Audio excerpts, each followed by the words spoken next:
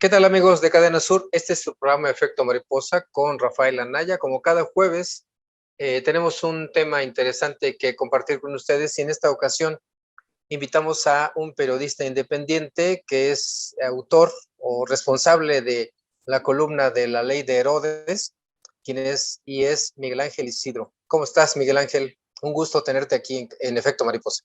Al contrario, Rafael, muchas gracias por la invitación y el gusto es mío. Estoy a tus órdenes.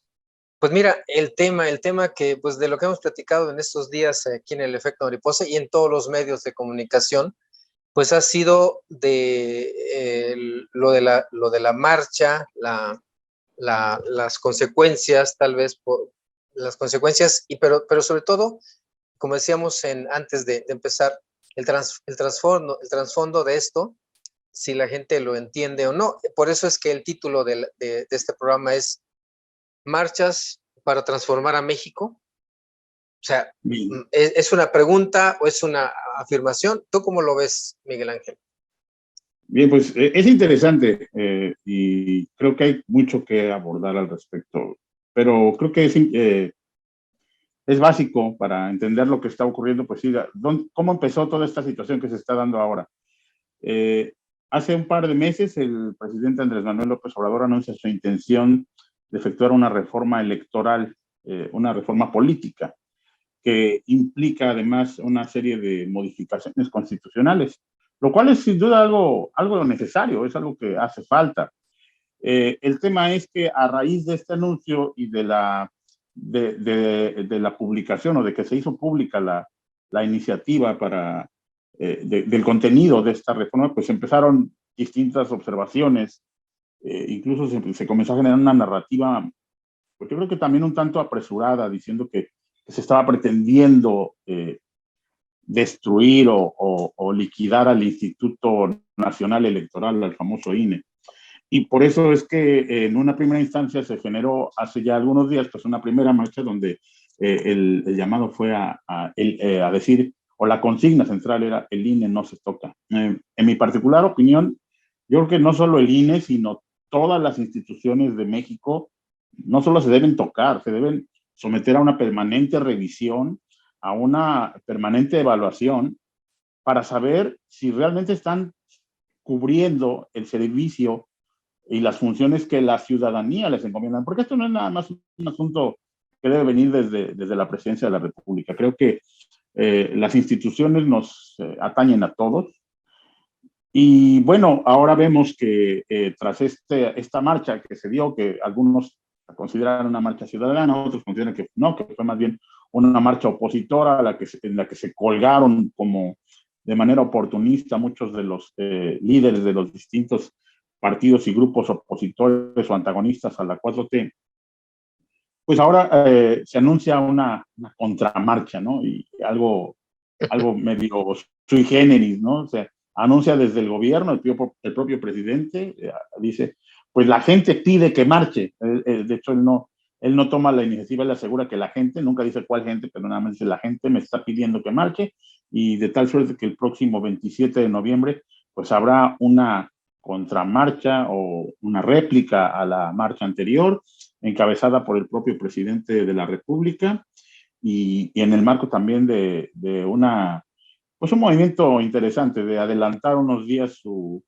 informe de gobierno con la finalidad de pues dar argumento a esta gran concentración ciudadana en el Zócalo capitalino. Y yo lo que he estado comentando, digo, bueno, ¿en qué momento pasamos de la era de la transformación democrática a la era de la zocalocracia? Porque tal pareciera que la obsesión se está convirtiendo en ver quién reúne más gente, quién da una mayor demostración de fuerza, y esto pues obviamente no podemos dejar de lado que va pues íntimamente ligado a lo que será la elección presidencial de 2024, una sucesión presidencial que a mi juicio, es un particular punto de vista, se ha adelantado de una manera totalmente irresponsable e innecesaria.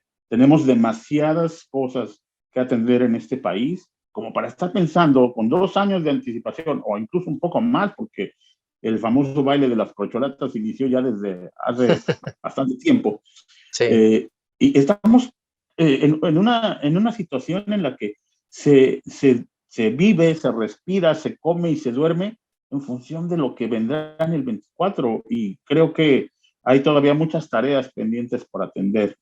Hacíamos referencia a una publicación que hice recientemente en Facebook, donde decía, bueno, pues ya pareciera que con marchar se resuelve todo, ¿no? Y el día 28 seguramente México amanecerá siendo el mismo país lastimado por la violencia criminal, sujeto a presiones económicas internacionales y carente de muchas cosas.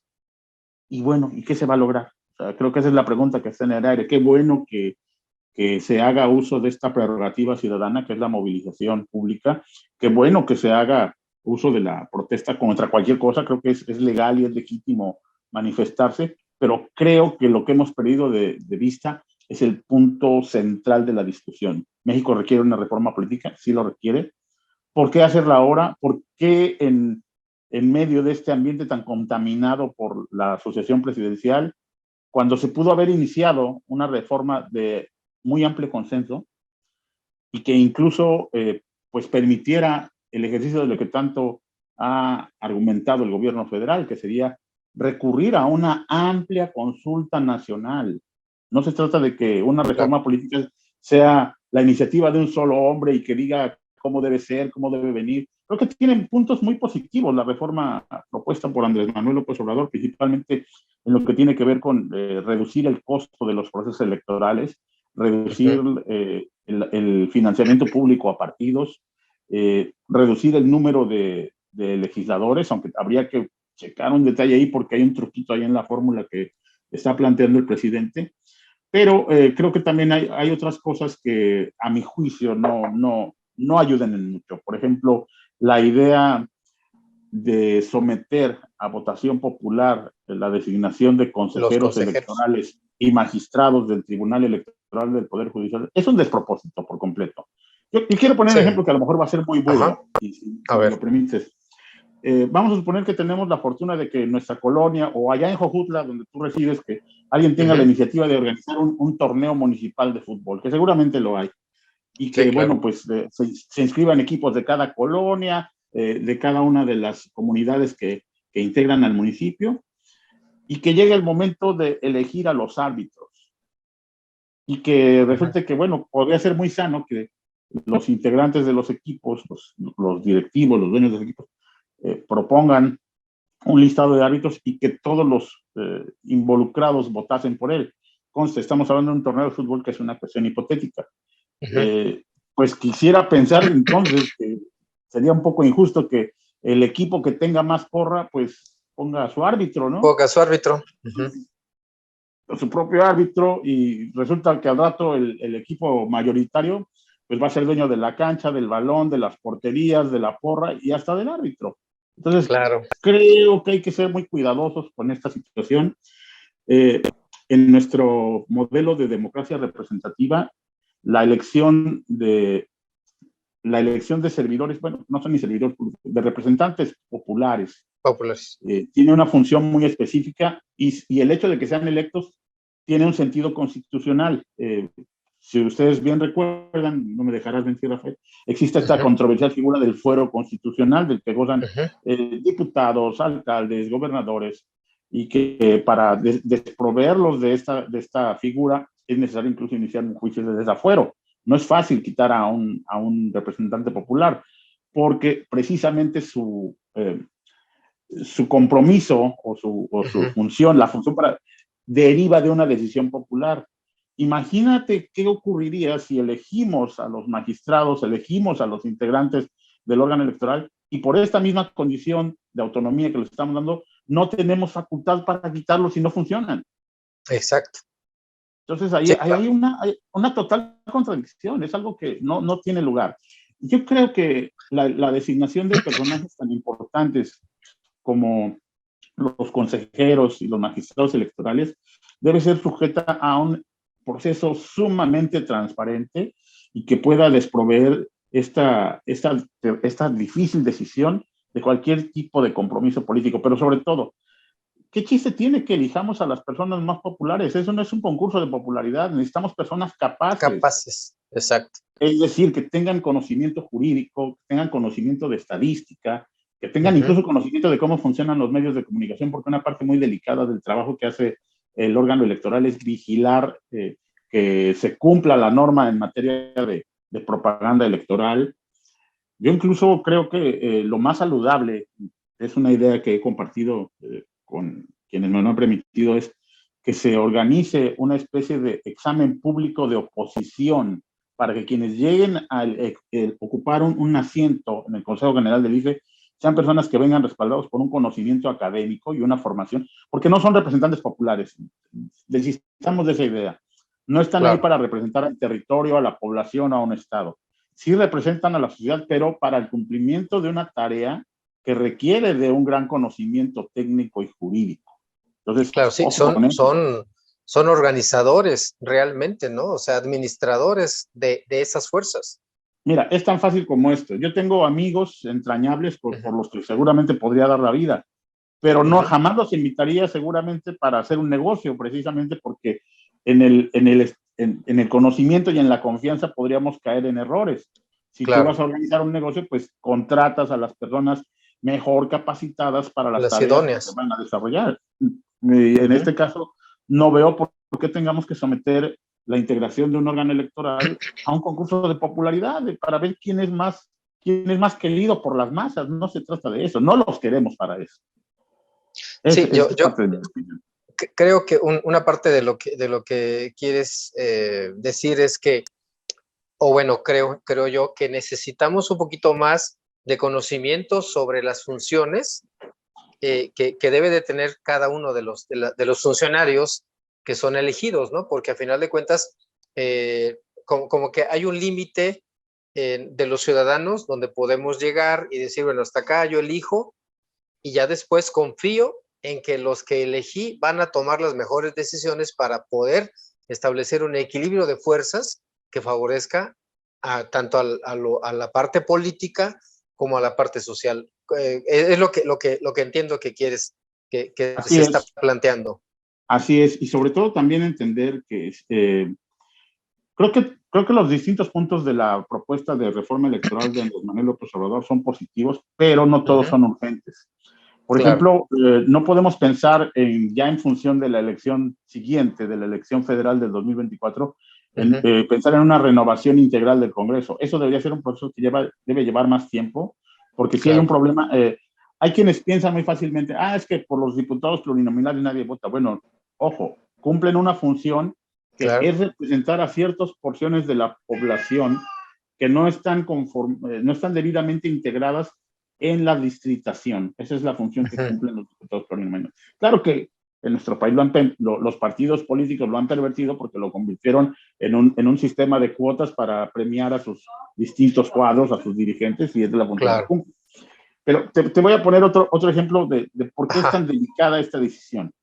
Vamos a imaginarnos que por ahí aparece una hada madrina y le dice a Rafael, oye, pues te voy a regalar 15 millones de pesos. ¿Tú qué harías con 15 millones de pesos? ¿Qué te imaginas que podrías hacer? Pues tal vez un negocio, tal vez gastármelos en viajar, tal vez en tener cosas. Ok. Y resulta que esta hada madrina es tan generosa que al día siguiente regresa y te dice, Rafael, has hecho un buen trabajo, te vuelvo a dar otros 15 millones de pesos. Y pues hago lo mismo, ¿no? Y hago lo mismo. Y otro día más. Bueno, ahora imagínate, 15 millones de pesos es una cantidad enorme de dinero para mortales como nosotros que finalmente vivimos de nuestro trabajo. Te pongo esta cantidad porque eso es lo que se gasta en México diariamente en instituciones y partidos políticos, aproximadamente 15 millones de pesos diarios durante un año.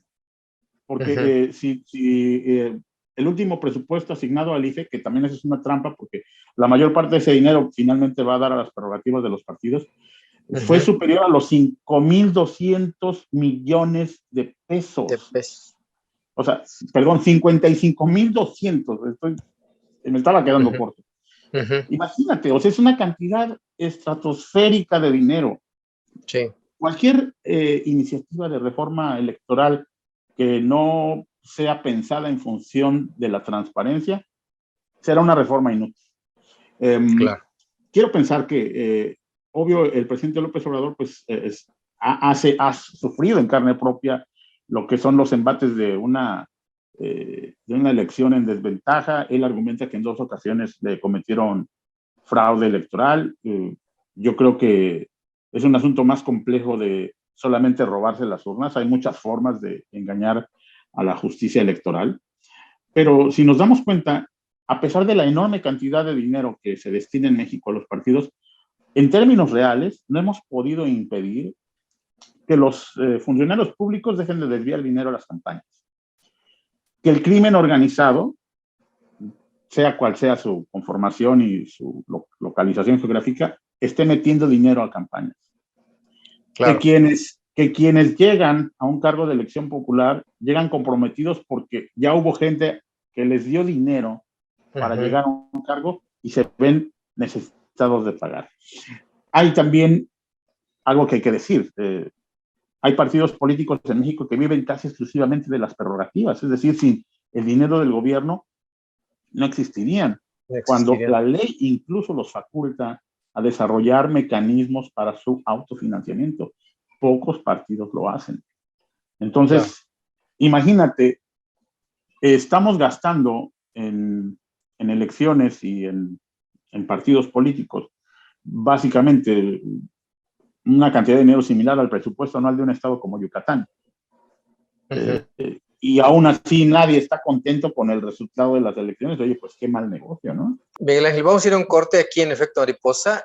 Estamos hablando con Miguel Ángel Isidro, quien es periodista independiente y autor de la columna de La Ley de Herodes. Regresamos aquí, Efecto Mariposa, con este tema de marchas por la transformación de México. Regresamos a Efecto Mariposa.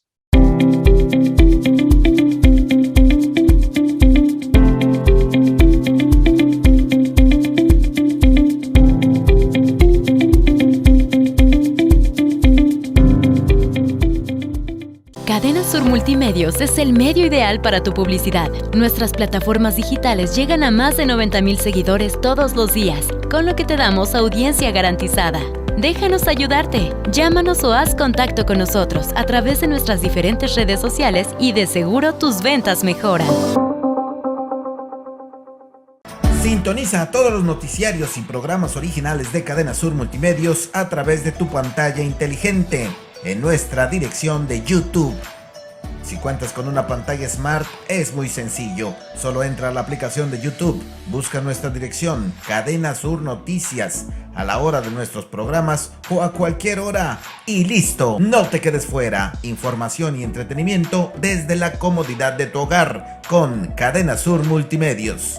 Además, visita nuestras diferentes plataformas digitales. Cadena Sur Multimedios.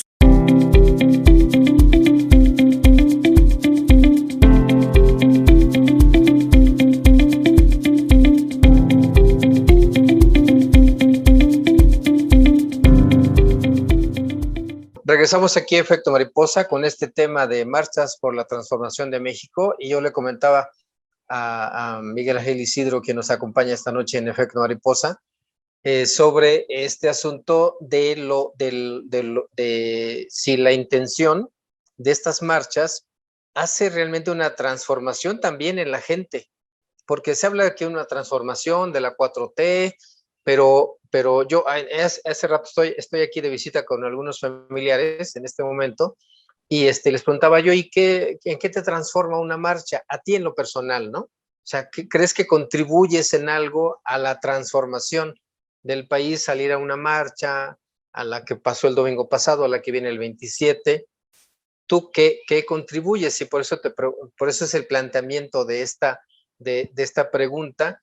Y bueno, ese es un planteamiento. Y la otra es que lo que comentabas hace rato de los consejeros, yo le decía a unas personas, si nos cuesta mucho trabajo a los ciudadanos entender la función de un diputado local o de un diputado federal o de un senador, y luego la función del diputado plurinominal, del senador plurinominal, entonces, ¿cómo le vamos a explicar a la gente, o cómo le va a explicar a la gente cuál es la función del consejero y por qué votar por él?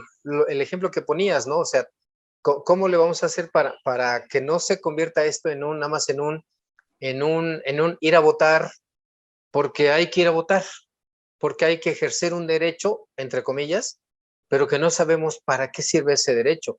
Y este comentario lo ligo un poco a la pregunta de esta noche en Efecto Mariposa sobre esto de que marchas por la transformación de México. Yo le agregaría, ¿y por qué marchas, no? ¿Para qué marchas? ¿O cómo lo ves, Isidro? Así es. Pues mira, yo quiero de antemano expresar mi más absoluto respeto para las personas que marcharon, que se adhirieron a la famosa marcha de supuesto respaldo al IFE y obviamente al INE, perdón, y obviamente también reitero mi respeto a las personas que van a marchar en respaldo al presidente López Obrador. Pero en mi particular punto de vista estamos desperdiciando un tiempo y una energía valiosos que podríamos ocupar, pues en lo que comentábamos en ese momento, la necesidad de efectuar un gran debate nacional para instrumentar esta reforma. Creo que lo que se debió hacer, y no solamente hacer 3 o 4 propuestas, sino que se debió haber hecho más. Creo que Andrés Manuel López Obrador se tardó en enviar esta iniciativa, pero él estaba más ocupado en pensar en el tema de la reforma eléctrica, en el tema de la Guardia Civil, tenía otras prioridades, pero creo que la reforma política debió haber sido un asunto que se debió haber abordado desde el primer minuto de esta administración para evitar precisamente lo que está ocurriendo, que ahora todo lo vemos relacionado en función de este asunto de la sucesión, ¿no? Y obviamente pues ya hubo declaraciones, ya hubo comentarios de los distintos personajes que han sido mencionados como posibles o eventuales aspirantes a la candidatura presidencial de Morena. Creo que la posición más controvertida ha sido la de Ricardo Monreal, quien de plano dijo que pues ni siquiera el famoso plan B del presidente va a proceder porque pues hay cosas que no van a transitar y que requerirían de otro tratamiento. Pero vuelvo a lo mismo, creo que estamos entrando en una etapa en la que ya dejamos de escucharnos unos a otros. Quienes simpatizan con la 4T ya no quieren saber nada de la oposición, porque de antemano te van a decir que es corrupta, que son conservadores, que ellos son racistas, bueno, una serie de calificativos que el propio presidente se encargó de. A mí me llamó la atención, ¿cómo es posible que desde el primer momento en que lanza la iniciativa comienza a emitir descalificativos en contra de la oposición, cuando de antemano sabe que no va a contar con los votos suficientes en el Poder Legislativo para poderla llevar a buen puerto? Creo que fue una cosa como si se autosaboteara, pero por otro lado veo que a lo mejor era precisamente su intención, calentar el ánimo para que la oposición de alguna manera, si hablamos en términos como de un juego de póker, mostrara su juego y posteriormente él dar el golpe de maestro haciendo esta gran demostración de fuerza que va a ser la marcha del 27. Todo muy bien, pero volvemos a la misma pregunta. ¿Y esto en qué ayuda a la transición democrática que reclama el país? En realidad siento que a nada. Creo que una reforma política debió ser un tema que necesariamente tenía que haber sido llevado al seno de las universidades, al seno de los sindicatos, al seno de las organizaciones verdaderamente populares, que la gente entendiera, conociera y se informara de cuál es nuestra situación actual, qué es lo que necesitamos y entonces sí escuchar propuestas. Pero se convirtió en un concierto o en un asunto de rudos contra técnicos, de chairos contra fifís y de conservadores contra liberales. Creo que eso fue se convirtió en una pérdida de tiempo y lamentablemente pues no creo que vaya a alcanzar el sexenio para que podamos tener instituciones completamente renovadas, confiables y pues encaminadas a lo que todos queremos, que es que en México por fin podamos tener la certidumbre de que quien cuenta los votos lo hace correctamente. Ni siquiera creo que vaya a haber tiempo suficiente para entrar a un análisis serio de cuánto debería ganar un consejero electoral. Si queremos que sea una persona que esté dedicada tiempo completo a ese tipo de actividades, que como ya lo hemos analizado, no son sencillas, requieren de mucho conocimiento. Bueno, ¿cuánto deberían ganar? Un consejero electoral, o quiero pensar, una persona que tiene una función tan delicada como juzgar una elección es incorruptible. No habrá quien le llegue al precio, quien le diga, oye, pues échame la mano aquí y mira, tenemos esto a cambio. Entonces, hay que tener mucho cuidado. Son asuntos muy complejos que no podemos solamente reducir a un discurso simplista de buenos contra malos. Claro. Oye, te quiero comentar también, ¿tú cómo ves este asunto? Bueno, es que yo ya lo había pensado, de que a final de cuentas, hubo una intención tal vez de provocar, tú lo dijiste, de calentar el ambiente con la oposición, porque sí, a mí también me llamó mucho la atención que así todos los días había diferentes calificativos para los que estaban organizando y hasta para los que iban a ir a la marcha, ¿no? Entonces, yo desde un principio decía, esto es un error, pero hay gente como tú que dice, bueno, a lo mejor ya estaba pensado el asunto para esto que viene el 27. ¿De verdad crees que sea tan maquiavélico el asunto de parte del presidente? A mí me llama mucho la atención que, siendo un hombre que presume de ser conocedor y amante de la historia de México, el propio López Obrador camine sobre sus pasos y se olvide de su propia historia. Tal vez muchas personas no lo recuerden, pero en el año 2009, en un acto público, en una de las ahora alcaldías de la Ciudad de México, López Obrador, sin mayor reparo, convocó a los seguidores del que era entonces su partido, el PRD, a votar por una persona con la clara intención de que esta persona renunciara y le diera su lugar a otra que estaba inhabilitada. ¿Te acuerdas de Juanito? El famoso de Juanito. Juanito, sí, claro. Y López Obrador piensa que a todo mundo ya se le olvidó esa historia. Fue algo público, documentado. Eso claro. si no es algo ilegal, por lo menos es algo carente de cualquier ética. Entonces, exactamente. No sé por qué creer que no va a ser capaz entonces el señor presidente de prestarse este juego. De preparar algo así, ¿no? Si ya lo ha hecho antes. Creo que hace aproximadamente un año hubo un fuerte conflicto entre Lorenzo Córdoba y el presidente por el tema del famoso de los sueldos de los consejeros del Instituto Electoral, porque de acuerdo a lo que se sabe, pues ganan mucho más que el presidente de la República. Y el asunto fue porque lograron ganar un amparo que promovieron ante la Suprema Corte de Justicia los consejeros para mantener esas prerrogativas, que por supuesto son exorbitantes, son obscenas, yo no las apruebo, pero el punto es que el tema central de la discusión, yo creo que ni siquiera es el dinero o la democracia, es el poder, es el ostentar tener la razón. Y creo que en este caso, pues, López Obrador es un personaje que ciertamente concita mucha polémica, pero que también es sabedor de que tiene un gran arrastre popular.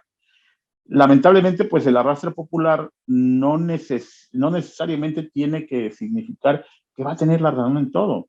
Y el problema también es que, pues, como lo decíamos hace unos momentos, ya no está escuchando a nadie. Ya es una cuestión de simplemente entrar en los calificativos y vienen de regreso. Creo que el país requiere de la construcción de consensos. Creo que si aspiramos a una verdadera transformación, pues tiene que ser una transformación que involucra a todos, porque finalmente, nos guste o no, el presidente es presidente de todos los mexicanos, no nada más de los que votaron por él, aún sean mayoría. Las minorías, pues, finalmente tienen la prerrogativa de por lo menos exponer sus ideas. No nos tienen necesariamente que gustar, pero pueden expresarlas. Y si entonces vamos a cuestionar el que haya la posibilidad tras expresiones políticas, pues no sé qué clase de transformación vaya a ser esa, ¿no? Pues este tema da mucho de qué hablar. El tema de las marchas por la transformación de México. Una pregunta que queda todavía para que haya comentarios, aquí a tus comentarios, Miguel Ángel Isidro. ¿Algún mensaje final en 2 renglones que nos puedas dar para terminar en este efecto mariposa? Bueno, pues yo creo que hay que estar muy atentos a lo que viene en los próximos meses y no perder de vista El 2024 no es algo fatal. Finalmente es una elección que se tendrá que dar, tendrá que ser una fiesta cívica, y de todos nosotros depende que el barco llegue a buen puerto, pero que haya México después del 2024. No es lo único que va a ocurrir. Hay vida después de la elección. Exactamente, lo dijiste muy claro, que haya México para los que vienen y los que seguimos aquí. Esperemos seguir por aquí dando lata. Miguel Ángel Isidro, te agradezco muchísimo tu participación en este Efecto Mariposa. Es la primera vez que estás con nosotros y te agradezco mucho intensamente tu participación. Un gran abrazo a ti y a tu público, y pues estamos a la orden. En cualquier ocasión será un privilegio. Pues cuando gustes aquí, creo que terminamos este año, pero espero que antes de que termine estés con nosotros otra vez, y el próximo año igual con nosotros. Gracias, Miguel Ángel. Para servirles. Gracias. Buenas noches. Gracias. Esto fue Efecto Mariposa, un programa para hacer conciencia ciudadana a través de Cadena Sur Multimedios en Facebook y Cadena Sur Noticias en YouTube. Agradecemos otra vez a Miguel Ángel por su participación esta noche, y esto fue Efecto Mariposa.